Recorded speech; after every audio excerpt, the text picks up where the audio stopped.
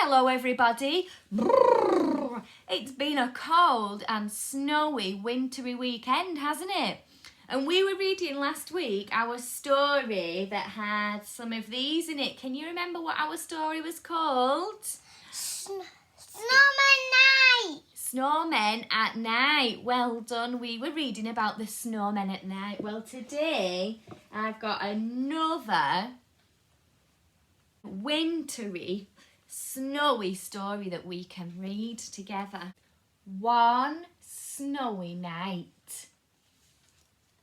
One snowy night.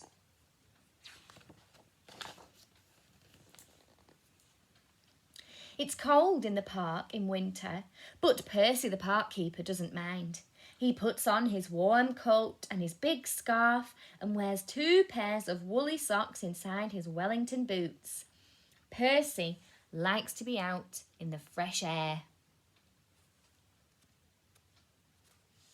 I like to be in the warm too. In the middle of the park, there is a little hut where Percy lives. When it gets too cold to be outside, Percy goes into his hut where it's cosy and warm.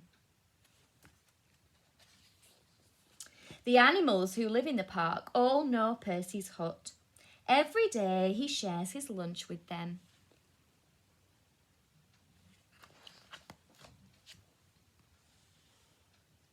One winter's night, it was so cold it began to snow.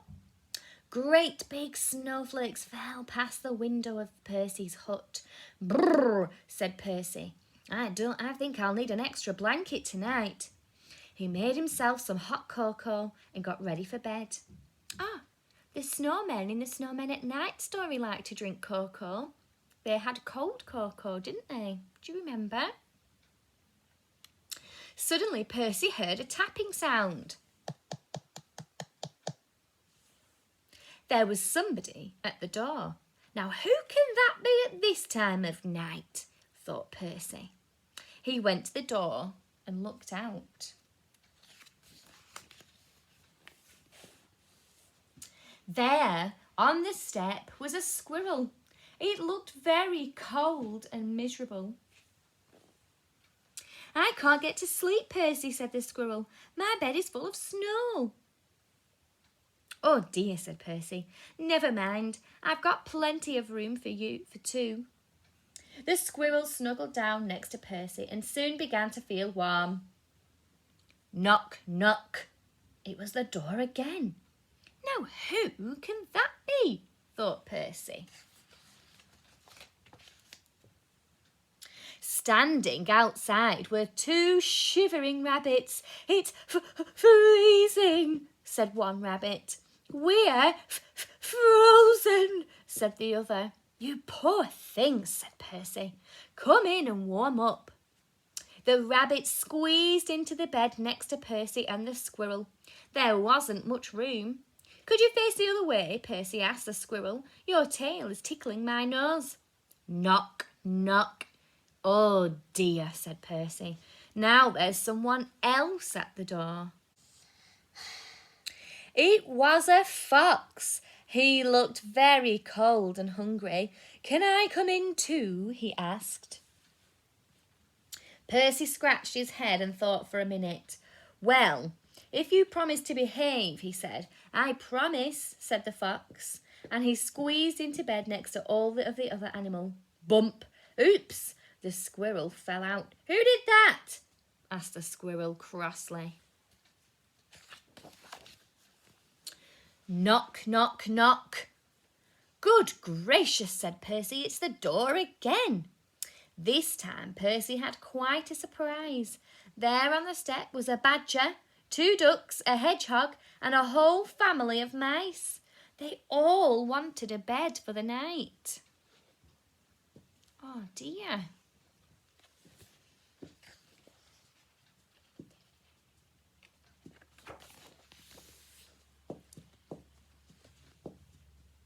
Poor old Percy and poor old Percy's bed. The animals pushed and shoved and rolled around the bed. But there was just not enough room for them all. Soon the bed covers ended up in a big, tight ball. Oh dear. Then bump! The covers rolled right off the bed and everybody fell onto the floor. Oh dear, said Percy, this won't do at all. My bed is just too small. Suddenly one of the mice pricked up his ears. What's that noise? He squeaked. Everyone listened hard. Now they could all hear it. There was a scratching and scraping sound coming from underneath them. There's something moving under the floor, said Percy. The animals looked frightened and the mice all started to squeak at once. Oh dear, what can it be? It might be a monster with fierce claws and sharp teeth. The noise grew louder and louder. Then one of the floorboards began to move. Look out! It's coming up through the floor! Suddenly there was a loud creak. Help! Cried the animals, and they all ran to hide. What's it going to be? Might be a monster, might be. But Percy wasn't frightened. He started to chuckle. Then he laughed out loud. A small dark head was sticking up through the floorboards. This isn't a monster, said Percy. It's a mole. I'm sorry to burst in like this, said the mole. I knocked on the door, but nobody heard me. Percy helped the mole up through the hole in the floor, sat him on his hot water bottle to get warm, and put the floorboard back. It's all right, everyone, he called. You can come out now. But nobody moved. Nobody stirred. Nobody wanted to come out. The squirrel was tucked away in the pocket of Percy's dressing gown. The hedgehog was in his coat.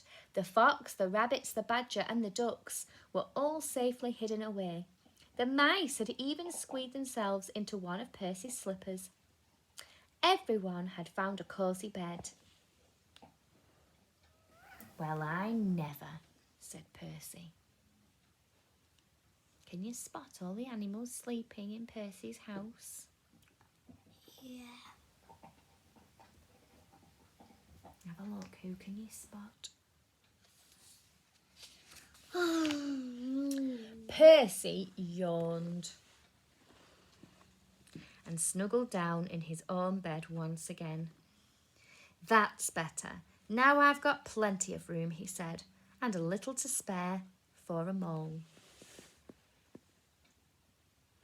Good night, Percy. Did you enjoy that story, everybody? I hope you've been keeping warm and snug on our wintry weekend with all this snow. Bye, everyone. See you next time.